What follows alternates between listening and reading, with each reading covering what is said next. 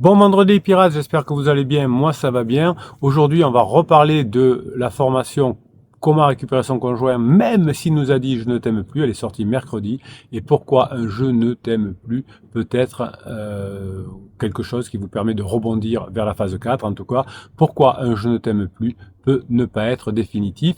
Imaginez ce moment dévastateur, votre conjoint vous regarde avec un visage fermé et dit ces mots terribles, je ne t'aime plus. Cette phrase que vous avez tant redoutée vous a frappé comme une gifle et vous a ébranlé votre mode intérieur. Pourtant, ce qu'il est important de savoir, c'est que cette déclaration, aussi blessante soit-elle, n'est pas forcément une vérité gravée dans le marbre. Votre conjoint vous aimait, aujourd'hui dit qu'il vous aime plus, demain il vous aimera encore plus fort.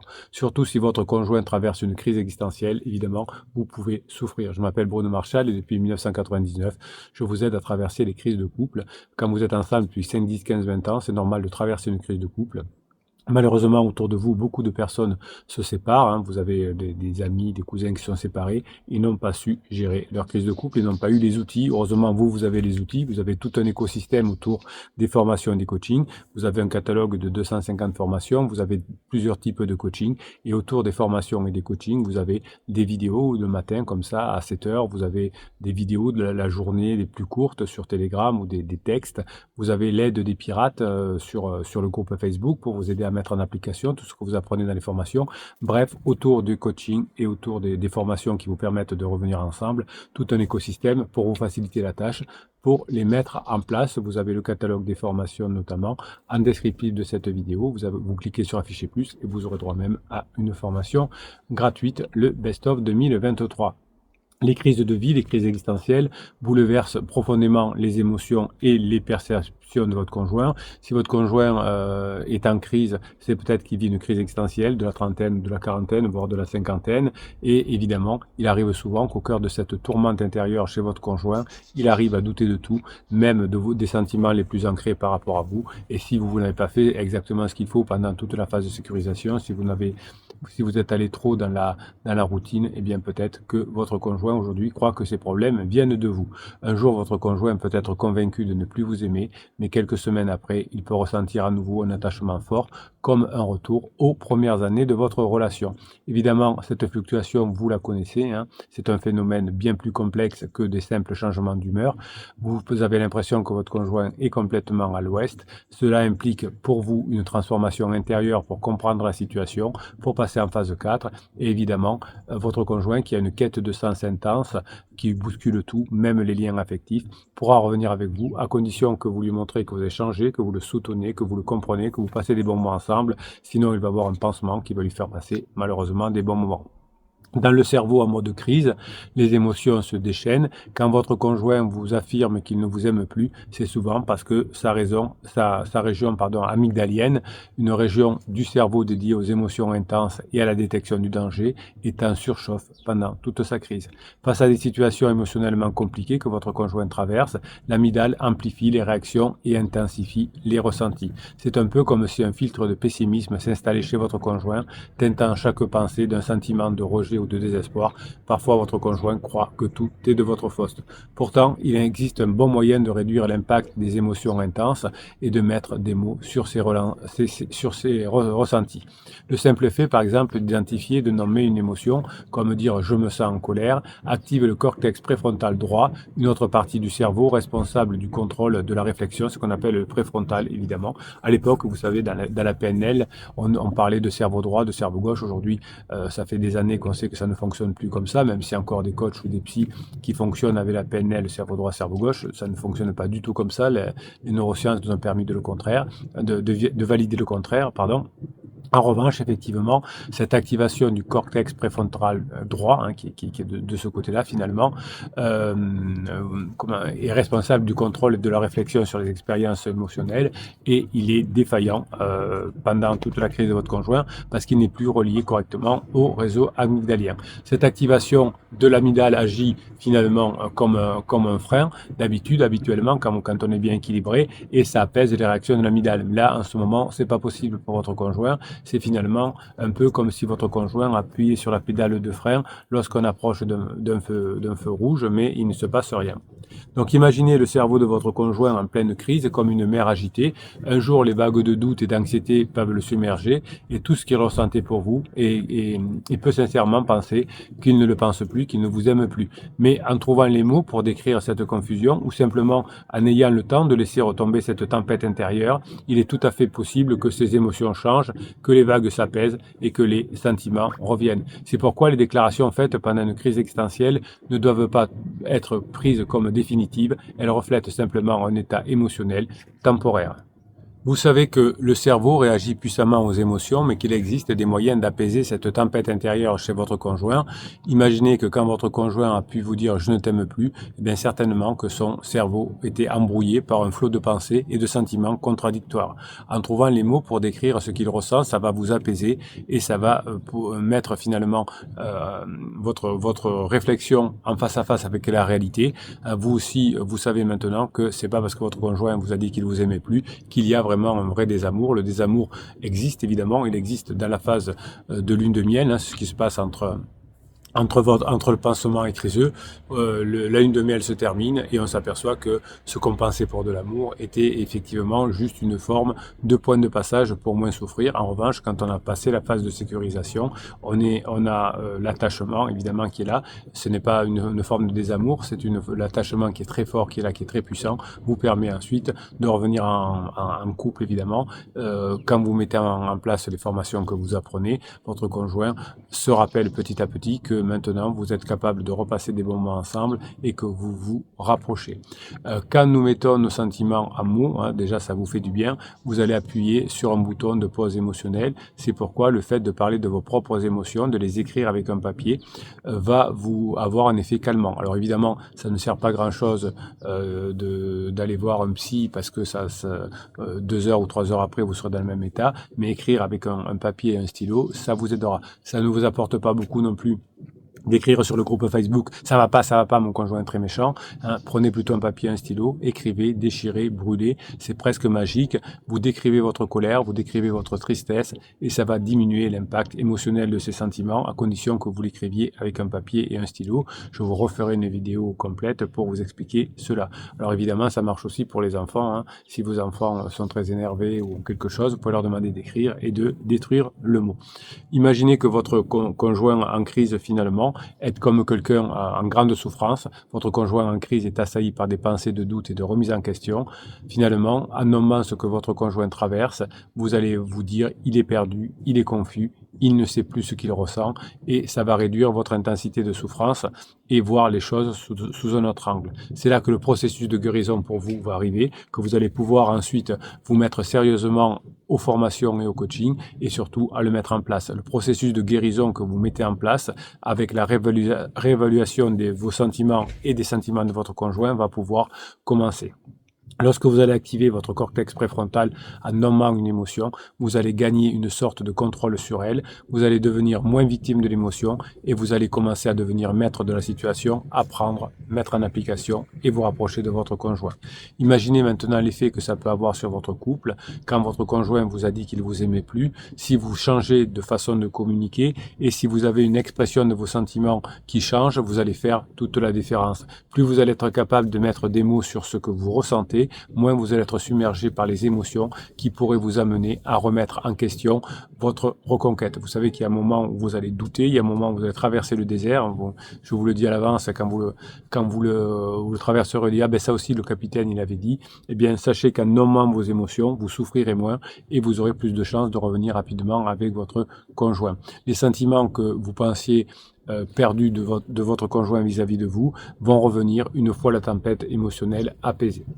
Donc face à cette situation difficile, la crise de couple, il est essentiel que vous puissiez bien comprendre que les sentiments de votre conjoint fluctue beaucoup au gré de sa crise. Ce n'est pas une fatalité, c'est une phase transitoire, la crise. Surtout si c'est une crise existentielle qui est pluguée à cela.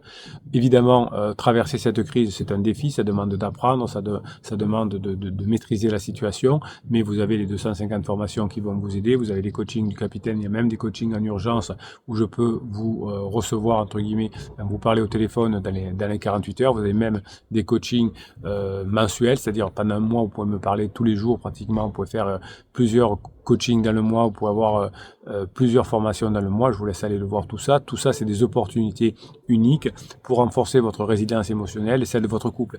Le capitaine ne vous dit pas voilà ce qu'il faut faire, il vous donne les outils pour le faire, hein, et vous avez vous-même les outils pour le mettre en place.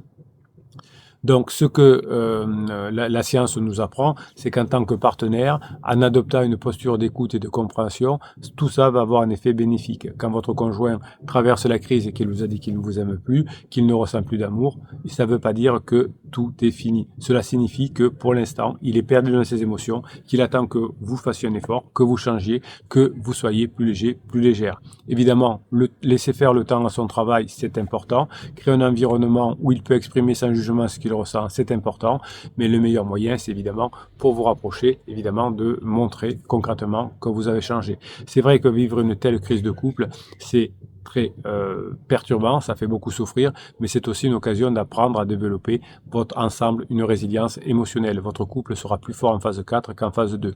La résilience, c'est cette capacité à rebondir après un coup dur, à grandir après les épreuves. En traversant cette crise, vous allez renforcer les fondements de votre relation, vous allez créer une base encore plus solide pour affronter les futures tempêtes. Chaque moment de doute, chaque moment de difficulté pendant la traversée du désert va être une opportunité si vous ne lâchez rien, si vous continuez à apprendre, si vous continuez à mettre en application, tout ça va être une opportunité de mieux comprendre comment vous fonctionnez, mais aussi augmenter les sentiments que vous avez et que vous ressentez l'un avec l'autre. Cette résilience, elle est là, elle est présente. Chaque fois que vous allez faire une formation, vous allez développer des zones du cerveau comme le cortex préfrontal. Vous allez encore mieux contrôler vos émotions. Les formations, notamment avec les neurohypnoses que vous avez à l'intérieur, vont vous permettre de renforcer votre capacité à gérer les hauts et les bas professionnels. Évidemment, si vous n'apprenez pas à le faire, vous ne pourrez pas le deviner comment on gère ça. Donc, il est possible que les mots d'un conjoint en pleine crise existentielle ne soient pas définitifs, même si votre conjoint vous a dit « je ne t'aime plus ». Dans la formation, vous apprendrez à gérer la situation. Vous apprendrez comment le fonctionnement des émotions et le pouvoir apaisant des mots vous permet de relativiser, de ne plus prendre tout pour acquis. C'est pas parce que votre conjoint vous a dit qu'il ne vous aimait plus qu'il ne vous aime plus. Une crise n'est pas une fin en soi, c'est une phase de transformation. Avec de la patience, avec de la communication et si nécessaire avec le soutien des autres pirates sur le groupe Facebook, les sentiments de votre conjoint vont évoluer à nouveau favorablement dans le bon sens. Oui, les émotions sont complexes, oui, les émotions changent et évoluent. Votre conjoint a fait changer ses émotions vers vous, eh bien, vous allez encore faire changer une nouvelle fois les émotions. Ça change tout le temps. En comprenant mieux, grâce aux formations et les mécanismes, vous pouvez traverser cette crise en sachant qu'elle n'est qu'une étape, difficile certes, mais surmontable, en y faisant face avec résilience, avec compétence, hein, vous allez augmenter vos compétences, vous allez ressortir plus fort, plus unis et prêts à affronter ensemble les futurs défis. Ce que vous aimez bien aussi, c'est quand je vous décris des situations, quand je réponds à vos questions ici dans les vidéos.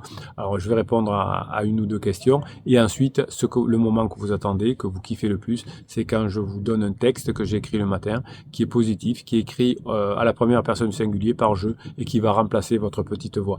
Les textes que je vous donne, que je vous écris le matin, c'est fait pour que vous puissiez savoir comment doit être votre petite voix pour pouvoir récupérer votre conjoint et être dans le vrai. Alors, on va commencer par répondre à vos questions. Alors, vous m'avez demandé de répondre à des questions de personnes qui sont au début de leur reconquête. Vous avez des milliers de témoignages de personnes qui sont revenues ensemble, comment elles ont fait, etc. C'est très bien. Mais vous me dites, des fois, c'est un peu trop loin de ce que l'on vit. Est-ce que vous pouvez nous donner des témoignages de personnes qui sont en souffrance comme nous pour pouvoir voir aussi comment nous, on a progressé et comment on était au début. Donc, ce qu'on va faire. Alors, qui va là nous dit? Hello à tous. Je ne sais pas comment réagir, je suis blessé à vif. Donc vous voyez, quand on commence le message comme ça, c'est qu'on est effectivement un pirate en début de travail Les pirates qui sont plus évolués vont dire, par exemple, voilà, aujourd'hui j'ai fait une formation, j'ai appris ça, je compte la mettre en place comme ça. Est-ce que vous pensez que c'est bien si je la mets en place comme ça, si je donne cet argument-là, ou est-ce que vous auriez d'autres arguments à me prononcer? Là, c'est, je ne sais pas comment réagir, je suis blessé à vif. Mon cruiseux m'a hurlé dessus la dernière fois que nous sommes vus. Donc, vous voyez, on se positionne pour Kivala en victime. Voilà, je vous raconte que je suis une victime, il m'a hurlé dessus, je ne le méritais pas. Donc vous allez passer, mes pirates adorés, du statut de victime au statut d'apprenant. Je suis en train d'apprendre, je me forme, je me fais coacher, etc. Et ensuite je deviens un professeur, c'est-à-dire que je maîtrise mon art et je récupère mon conjoint. Alors il m'a confié un planning, il devait s'occuper des enfants ce week-end, mais le programme semblait trop compliqué pour lui. Activité anniversaire de ma fille avec des amis à gérer, etc. Et oui, les personnes en crise, effectivement, ont beaucoup de mal à se gérer eux-mêmes, donc comment voulez-vous qu'ils gèrent des anniversaires, etc. Il a disparu pendant 17 jours, pas de son, pas d'image. Donc là, le Kivala devrait être en train de dire, bon, je m'aperçois qu'il s'est passé ça avant, donc c'est certainement pour ça que ça l'a poussé à disparaître pendant 17 jours. Peut-être que j'ai fait ça, peut-être qu'il a dit ça. Vous voyez, on essaie de trouver les raisons plutôt que de dire, je comprends pas, je veux pas comprendre, il a disparu et il est très méchant. Ce week-end, nous n'avons pas vu la couleur. Je suis allé chercher les enfants à l'école vendredi soir. Sinon, ils auraient dormi car monsieur n'est pas venu. Oui, oui, effectivement, il y a beaucoup de problèmes pendant les crises existentielles au niveau de la mémoire de travail. Donc, on oublie. Dites-vous toujours, mes pirates, si j'étais à la place de mon conjoint, qu'est-ce que je dirais? Certainement pas qu'il dirait non, mais j'oublie, non, moi j'avais un planning, j'ai pas voulu le respecter, je disparais pendant 17 jours, sans aucune raison. Donc il donnerait des raisons finalement. Alors hier soir, alors que nous goûtions chez des amis pour un goûter plus dîner, j'ai laissé mon téléphone dans mon sac et en rentrant, j'ai vu 4 appels manqués cette nuit vers 5 heures, je reçois. Je veux parler aux enfants, faire en sorte que ce soit possible aujourd'hui. Donc, vous voyez que, effectivement, votre Kivala ne rappelle pas son mari. Bon, elle a oublié, elle a vu effectivement qu'il a eu 4 appels, mais elle n'a pas rappelé. Donc, forcément, ça l'énerve. Elle dit, je veux parler aux enfants aujourd'hui. Donc là, Kivala dit, bah, effectivement, bon, c'est pas de ma faute. Bon, je laissais mon sac, j'ai pas dans mon téléphone, ça arrive, mais je l'ai rappelé. Il m'a pas rappelé, tant pis pour lui, ou il va me rappeler. En tout cas, s'il a appelé 4 fois, c'est qu'il aurait rappelé. Donc, il va là, dit effectivement, il m'a appelé. J'aurais pu le rappeler, j'aurais dû le rappeler, je l'ai pas fait, et donc je me prends un texto à 5 heures du matin. J'ai clairement envie de l'envoyer bouler. Oui, vous pouvez l'envoyer bouler. Si vous pouvez divorcer, c'est pas un problème. Mais vous pouvez aussi dire quelle est ma part de responsabilité dedans. J'ai pas 100% de responsabilité, mais il y a une part de responsabilité. C'est pas que vous avez plus de responsabilité ou pas, c'est que ça vous donne un mindset différent. J'ai perdu le match, c'est la faute à mon adversaire qui a triché. J'ai perdu le match, c'est la faute de l'arbitre. J'ai perdu le match, c'est la faute au terrain. Non, j'ai perdu le match, peut-être un peu la faute au terrain, un peu la faute à l'arbitre, un peu la faute à l'adversaire qui a bien joué, mais moi, quelle est ma part de responsabilité? Et dès que Kivala va changer d'état d'esprit, ça va s'arranger. D'abord, elle va moins souffrir, d'abord, ça va mieux aller, et ensuite, son conjoint va se rapprocher. Donc, Kivala continue à se plaindre, et après 17 jours, où il n'a calculé personne, il devait s'en occuper, ce week-end 0 personne, monsieur tout d'un coup se souvient qu'il a des enfants et en plus des exigences, donc vous voyez que la colère de Kivala ne peut pas l'amener dans la phase 4. Dans la phase 4, on n'est pas dans des phases de colère. Donc si je suis en colère, je ne peux pas amener mon conjoint vers moi. Donc il y a un mur. Alors je ne dis pas que c'est mal d'être en colère, je vous dis que si vous voulez améliorer la situation, mais que vous mettez un mur entre vous, ça ne peut pas fonctionner. Si vous voulez aggraver les choses, allez-y, mettez-vous en colère, mettez-lui, envoyez tout bouler, hein, et vous avez tout à fait le droit. Si vous voulez revenir, faites juste ce qu'il faut. Les enfants m'ont dit ne pas avoir envie aujourd'hui, souvent que nous avons une énorme journée, que je suis malade. Bref, juste avoir un veau d'apé, je ne le supporte pas. Bon, voilà aussi, si j'étais à la place du mari de Kivala, peut-être que, enfin, si je parlais avec le mari de Kivala, pardon, peut-être qu'il me dirait, oui, mais vous comprenez Bruno, je suis obligé de faire de prendre du recul, elle me parle mal, il y a une grosse tension, quand je l'appelle, elle me répond pas, les enfants, elle les monte contre moi parce qu'ils veulent plus me voir, le week-end, elle fait rien, elle dit qu'elle a envie de se reposer, donc moi j'ai envie de faire des trucs, j'arrive à 50 ans maintenant, j'ai pas envie de me reposer le week-end, j'ai envie de faire des trucs, de voir des amis, de faire des choses, j'ai pas envie de rester à la maison à rien faire. Vous voyez que quand on est thérapeute de couple, moi je suis pas thérapeute de couple parce que ça marche pas bien finalement, et qu'on écoute chacun de son côté, eh bien on s'aperçoit que les histoires sont pas les mêmes. Donc le conseil pour Kivala, c'est maintenant de se mettre à la place de son mari, de voir ce qu'elle peut améliorer, Kivala, puisque apparemment Si elle est là, c'est quand même, elle veut que son couple remarche. Donc il faut que je fasse juste ma part de boulot. Je laisse l'autre faire sa part de boulot, sa part de chemin, et moi, je fais la mienne. Vous voyez, j'exauce vos vœux, mes pirates aguerris, hein, mais qui ont avancé. Vous voyez comment vous étiez aussi au début. Hein. Vous aussi, vous étiez comme Kivala au début, mais vous avez progressé. Et c'est pour ça que vous êtes en train de retrouver votre conjoint ou que vous l'avez déjà retrouvé. Allez, on fait le dernier exercice, celui que vous préférez. L'exercice de la petite voix, hein, où vous allez apprendre quelle est la petite voix que vous avez dans la tête pour multiplier les possibilités de revenir avec votre conjoint en phase 4. Donc, juste avant, je vous rappelle que le groupe des pirates, c'est un groupe bienveillant et positif. Ce que je viens de faire là, en tant que capitaine, c'est d'être bienveillant et positif. C'est-à-dire que j'ai dit exactement à qui va là les solutions. C'est pas dire, oh, il est très méchant, revenez prendre un coaching la semaine prochaine pour me dire comment il est méchant. C'est vraiment de vous donner des solutions et de vous comprendre ce qui va pas pour que vous atteigniez votre objectif. C'est ça, hein, la bienveillance et la positivité. C'est vous aider avec authenticité, simplicité. Vous voyez comment fonctionne le capitaine. Il met ensuite à capuche, il se met dans son jardin, il filme, il vous apporte plein de valeurs, il vous aide à mettre en place les formations, évidemment tout ça fonctionne bien. Alors la petite voix, c'est un art de vivre que j'ai appris au fil des années. Accepter l'imprévisible, c'est d'abord lâcher prise sur le contrôle. J'ai appris à me libérer de l'angoisse de tout planifier, j'ai appris à me libérer de l'angoisse de tout maîtriser. C'est à faire confiance à l'univers et cette force mystérieuse qui nous guide, parfois avec bienveillance, parfois avec fermeté. Ensuite, je sais transformer les obstacles en tremplin. Chaque difficulté est pour moi une occasion de développer de nouvelles compétences, de découvrir des ressources insoupçonnées. C'est vraiment cette source de confort qui s'améliore tous les jours. J'ai bien compris qu'aujourd'hui, ce qui fait le plus de bonheur dans la vie, c'est les relations humaines. C'est comme si un voile s'était levé et que je voyais enfin clairement ce qui compte vraiment.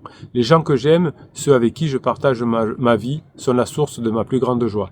J'ai compris que les relations humaines s'apprennent, mais car elles peuvent être source de stress quand je n'ai pas la connaissance. Les attentes, les conflits, les incompréhensions peuvent nous bouleverser. Chaque jour davantage, j'ai envie d'apprendre. Mais c'est en comprenant ces dynamiques de fonctionnement de couple que je pourrai mieux les gérer et vivre enfin cette relation de couple plus harmonieuse.